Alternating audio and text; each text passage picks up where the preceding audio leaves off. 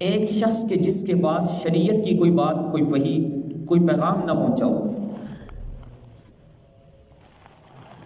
اس نے کسی پہاڑ کے دامن میں زندگی گزاری، وہیں پہ پیدا ہوا، وہیں پہ پلا بڑا اور وہیں اس کی موت ہوئی، اس نے اس کے علاوہ اور کائنات کی کوئی چیز دیکھی نہیں۔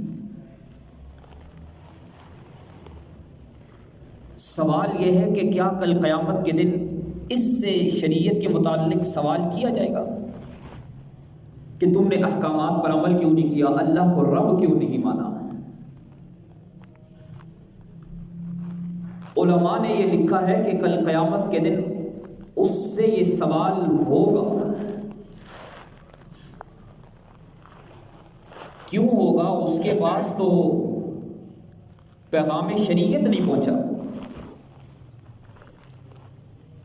جواب یہ دیا کہ اس لیے ہوگا کہ اس نے نظام کائنات میں غور و فکر کر کے اپنے رب کو کیوں نہیں پہچانا تھا۔ اگر وہ غور و فکر کرتا، اپنی تخلیق اور مراحل کو دیکھتا، پھر کائنات کے بکھرے ہوئے نظام عالم کو دیکھتا، تو ضرور اس نتیجے پہ پہنچتا کہ کوئی رب ہے جو اس نظام کو بنانے اور چلانے والا ہے۔